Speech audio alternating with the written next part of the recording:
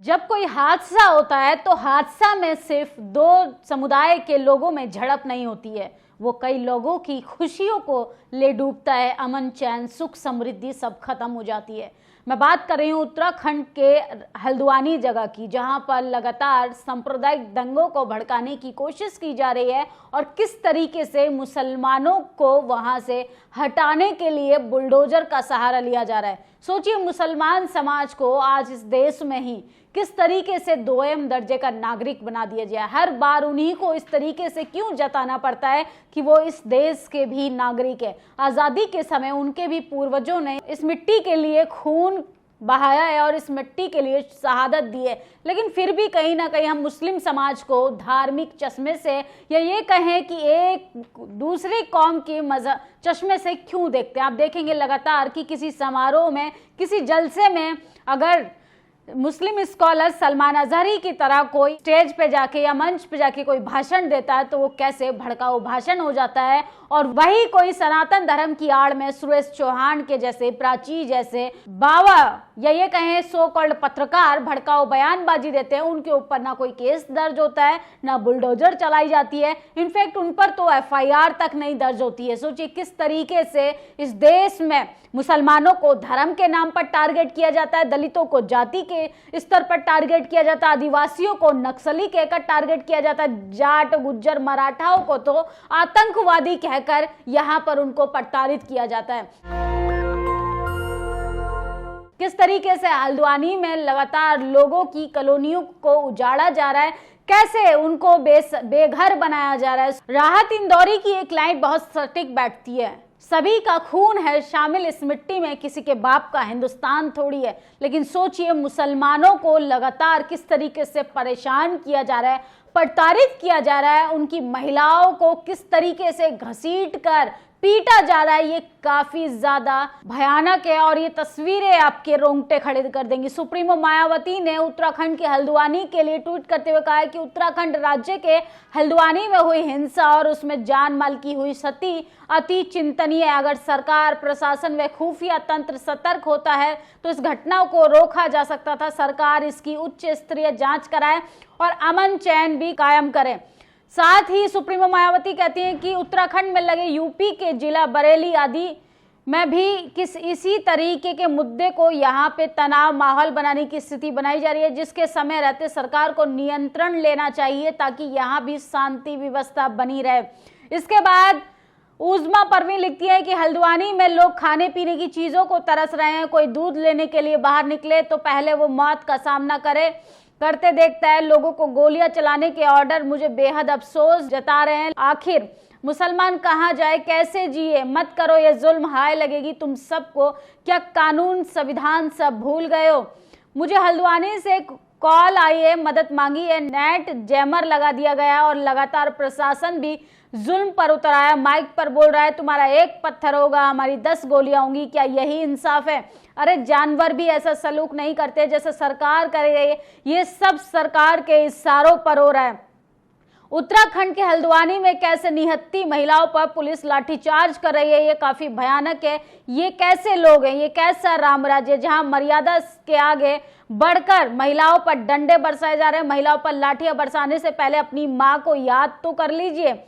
आगे इस तरीके से लोग अपनी तकलीफें बता रहे हैं। सोशल मीडिया पे जो खबरें हमारे सामने आ रही हैं हम आप तक पहुंचा रहे हैं। सोचिए वहां पर इंटरनेट सेवाएं जो हैं वो बंद कर दी गई हैं। उत्तराखंड के हल्द्वानी में निहत्थी मुस्लिम महिलाओं पर पुलिस लाठीचार्ज करिए। मोदी जी, क्या यही है आपका नारी सम्मान, बेटी बचाओ।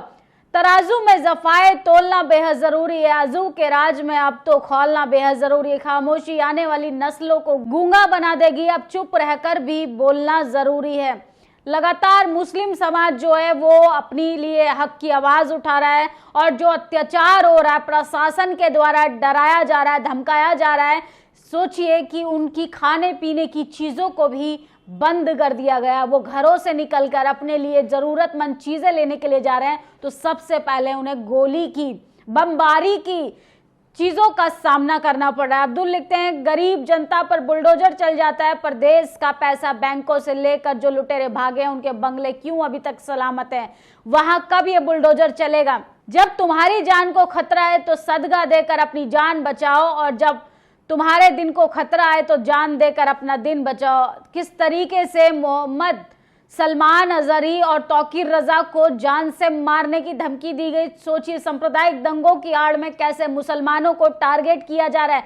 उत्तराखंड के हल्द्वानी में निहत्थी महिलाओं पर पुलिस द्वारा लाठीचार्ज, संवैधानिक प्राधिकरण के संवैधानिक कार्रवाई करते हुए। सोचिए, पुलिस जो है वो महिलाओं के साथ बदसलूकी कर रही है, महिलाओं को घसीट रही है लगातार, और सोचिए प्रशासन किस तरीके से डर बैठाने की कोशिश कर रहा है। मौलाना तौकीर रजा साहब ने सेल्फ डिफेंस में कहा कि तुम हमारे घरों पर बुलडोजर चला दोगे, हम चुप बैठेंगे, अब किसी बुलडोजर को बर्दाश्त नहीं किया जाएगा। सुप्रीम कोर्ट अगर संज्ञान नहीं लेता है तो हमें अपनी हिफाजत खुद करनी पड़ेगी। 14 फरवरी को कोर्ट में सुनवाई होनी थी, लेकिन उससे पहले ही हल्द्वानी में वहां पर मस्जिद और मदरसों पर बुलडोजर चला दिया गया। हल्द्वानी में मस्जिद को अवैध बताकर बुलडोजर चलवाया गया। प्रोटेस्ट में आई महिलाओं को लाठीचार्ज से मारते हुए वर्दीधारी। सरताज आलम लिखते हैं, उत्तराखंड के हल्द्वानी में निहत्थी महिलाओं पर पुलिस लाठीचार्ज करी है, क्या यही है आपका कानून? उत्तराखंड के हल्द्वानी में हिंसा की खबरें आ रही हैं। कर्फ्यू के साथ कल सभी स्कूलों की छुट्टी का आदेश दे दिया गया है। सरकार द्वारा जारी शूट एट साइट के आदेश दिए गए हैं। हिंसा करते हुए सनातनी बोल रहे हैं और इनकी भाषा सुनिए। सोचिए, गाइडलाइंस की वजह से हम आपको ये आगजनी की, बमबारी की, गोली बरसाते हुए ये तस्वीरें नहीं दिखा सकते, लेकिन सोचिए राम नाम के नारों के साथ किस तरीके से लगातार लोगों को भड़काया जा रहा है, लोगों को, दो समुदाय के लोगों के बीच में मिसअंडरस्टैंडिंग क्रिएट की जा रही है। और यहाँ पर राजनीतिक रोटियां सेकने के लिए कुछ नेता जो हैं वो अपना एजेंडा जो है पूरा करने में लगे हैं। सिर्फ मस्जिद और मदरसे ही अवैध जगहों पर बने। 140 करोड़ में 17 करोड़ वाले कौम ने ही अवैध जगहों पर कब्जा जमा रखा है। सोचिए, हल्द्वानी में कब रुकेगा बुलडोजर कल्चर? लक्सर भी तुम्हारा, सरदार भी तुम्हारा, कानून भी तुम्हारा, दरबार भी तुम्हारा। हमारे मस्जिद मदरसों को ध्वस्त करके हमें ही मारा जा रहा है। यकीनन खुदा सब देख रहा है, हर जुल्म का अंत होगा। हल्द्वानी में मस्जिद और मदरसे को अवैध बताकर बुलडोजर से गिराया, 6 लोग मारे गए। हल्द्वानी से मुझे ऑन कॉल जानकारी दी गई, 15 लोग मारे जा चुके हैं, खबर में कम बताया जा रहा है। इस तरीके की भी खबरें सोशल मीडिया पर आ रही हैं कि लोगों की काफी जानें जा चुकी हैं, अपने परिजनों ने भी, कई अपनों को खो दिया गया है। सोचिए, जब सांप्रदायिक दंगा होता है तो किस तरीके से एक पूरे समाज का अमन, चैन, सुख, समृद्धि सब दांव पर लग जाता है, और कैसे मानवता का जो गला घुटता हुआ हमें दिखाई देता है वो असल में इसी तरीके के माहौल को क्रिएट कर कर लोगों को इस तरीके की हिंसा में ढकेल दिया जाता है। हम अमन चैन चाहते हैं, मगर जुल्म के खिलाफ अगर जंग लाजमी है तो जंग ही सही। ये लगातार तौकीर रजा जो है वो मुस्लिम समाज के हक अधिकारों के साथ भी खड़े और बोल रहे हैं, अगर हमारे साथ बदसलूकी की जाएगी तो हम बदसलूकी अब बर्दाश्त नहीं करेंगे। मिल्लत टाइम लिखता है, उत्तराखंड के हल्द्वानी में शूट एट साइट का ऑर्डर होने के बाद फायरिंग में 6 मुसलमानों की मौत हो चुकी है। मदरसा और मस्जिद पे बुलडोजर की कार्रवाई के बाद विरोध शुरू हुआ था। उत्तराखंड के हल्द्वानी में एक मदरसे को अवैध बताकर तोड़ दिया गया। मुसलमानों के विरोध करने पर उन्हें उकसाया गया, दोनों तरफ से झड़प हो गई, माहौल खराब हो गया। लेकिन भारतीय मीडिया इसे सिर्फ मुसलमानों को जिम्मेदार बता रही है और वहां की सरकारों ने देखते ही गोली मारने का ऑर्डर दिया। हालत खराब है, वही यूसीसी कानून को पास कर दिया गया है। सोचिए किस तरीके से बच्चे, बूढ़े, महिलाएं, बुजुर्ग जो हैं वो रो रही हैं, किस तरीके से एक मासूम छोटी बच्ची जो है कैमरे पर बोलते बोलते, सोचिए, सिसकियां ले लेकर रो रही है, कह रही है कि हम कहाँ जाएंगे सर्दी में, हम किधर जाएं, हमारा घर तक उजाड़ दिया जा रहा है। इसका जिम्मेदार वो जातिवादी मनुवादी मीडिया है जो सिर्फ मुसलमानों को टारगेट कर मुसलमानों को दोषी ठहराकर आरोपी बताकर उनकी गलत छवि बनाने की कोशिश करा।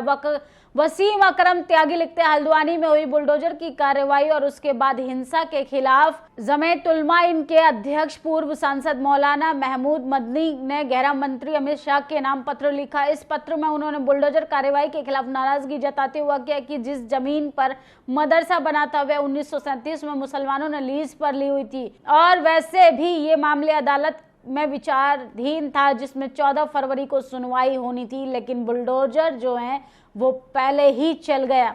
हल्द्वानी में हुए बवाल में जाहिद और उनके 16 वर्षीय बेटे अनस की जान चली गई। उनके परिजन आरिफ ने एनडीटीवी से कहा, जाहिद और उनके बेटे अनस को पुलिस ने गोली मारी। जाहिद मजदूरी करता था और उनका बेटा पढ़ाई करता था।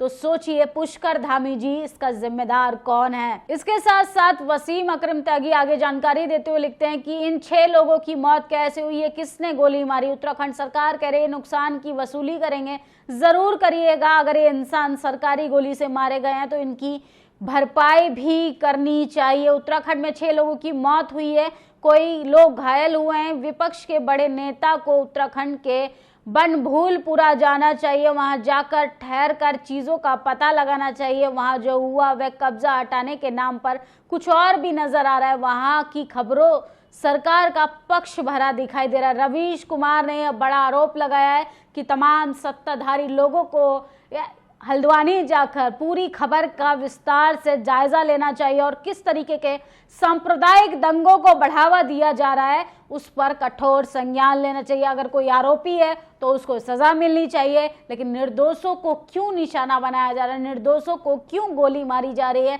क्या यही है आपका लॉ एंड ऑर्डर? क्या यही है आपका राम राज्य? क्या ऐसे देश विश्व गुरु बनेगा? नरगिस बानो लिखती है, महाराष्ट्र के पुणे में वरिष्ठ पत्रकार निखिल वागले की गाड़ी पर हमला हुआ। एक कार्यक्रम में भाग लेने जा रहे थे। निखिल वागले की गाड़ी पर बीजेपी कार्यकर्ताओं ने हमला कर दिया, कार के शीशे तोड़ दिए। भाजपा कार्यकर्ताओं के द्वारा पत्रकार पर हमला बिल्कुल बर्दाश्त नहीं किया जाएगा। सोचिए, अगर आप पत्रकार हैं, सोशल जस्टिस की बात करते हैं, हिंदू मुसलमान जैसे सांप्रदायिक दंगों के खिलाफ अपनी बात रखते हैं, तो आपको किस तरीके से भाजपा के कार्यकर्ता ये कहें, ये किस तरीके से धर्म की आड़ में गुंडे जो हैं वो अपनी मंशा पूरी करते हैं। लगातार पूरे देश में मस्जिद और मदरसों को निशाना बनाया जा रहा है। विरोध करने पर मुसलमानों को गोली मारी जा रही है या जेल में डाला जा रहा है। हमारे वोटों के सौदागर पूरी विपक्ष को सांप सूंघ गया है, कोई बोलने के लिए तैयार नहीं है। हम हैं कि इनसे उम्मीद लगाए बैठे हैं। सोचिए, ये शौकत अली जो IIM के अध्यक्ष हैं, इन्होंने कहा है कि आखिर पूरा विपक्ष क्यों खामोश होकर बैठा है, क्यों उसे सांप सूंघ गया है। लेकिन सुप्रीमो मायावती ने ट्वीट कर कहा है कि सरकार को, प्रशासन को कठोर कार्रवाई करने से पहले जरा गंभीरतापूर्ण तरीके से जांच पड़ताल करनी चाहिए और इस तरीके के जो माहौल को भड़काया जा रहा है, हिंदू मुसलमान करने की कोशिश की जा रही है, इसको रोका जाए, क्योंकि इससे शांति भंग की जा रही है, इससे मानवता का गला घुट रहा है, इससे सिर्फ नुकसान होगा। सोचिए, कई लोगों के सर से अपनों का साया उड़ गया, किसी का घर उजड़ गया तो किसी का कोई संबंधी खत्म हो गया। जो नफरत होती है, नफरत की आग में जलकर हम नफरत को ही बढ़ावा देते हैं। सोचिए, नफरत की आड़ में पूरा इजराइल किस स्तर पर आकर खड़ा हो गया। इजराइल कुर्सी को बचाने के लिए वो चला था कुछ और एजेंडा लेके, लेकिन आखिरकार प्रलय का शिकार वो खुद ही हो गया। जो हम दूसरों के लिए गड्ढा खोदते हैं उसमें सबसे पहले हम खुद ही गिरते हैं। पूरी बातचीत पे आपकी क्या प्रतिक्रिया, कमेंट बॉक्स में ज़रूर बताइएगा कि हल्द्वानी में जिस तरीके के सांप्रदायिक दंगों को भड़काने की कोशिश की जा रही है उसमें कौन जिम्मेदार है? जाति की पार्टी या मुस्लिम लोगों का एक विशेष समुदाय से आना? शुक्रिया। नेशनल दस्तक की आपसे गुजारिश है कि अगर इसको बचाना चाहते हैं तो नेशनल दस्तक को सब्सक्राइब करने के लिए रेड कलर के सब्सक्राइब बटन को दबाएं, फिर बेल आइकन की घंटी दबाएं। नेशनल दस्तक को बचाने के लिए बहुत जरूरी है कि हर खबर को शेयर करें, लाइक करें, कमेंट जरूर करें।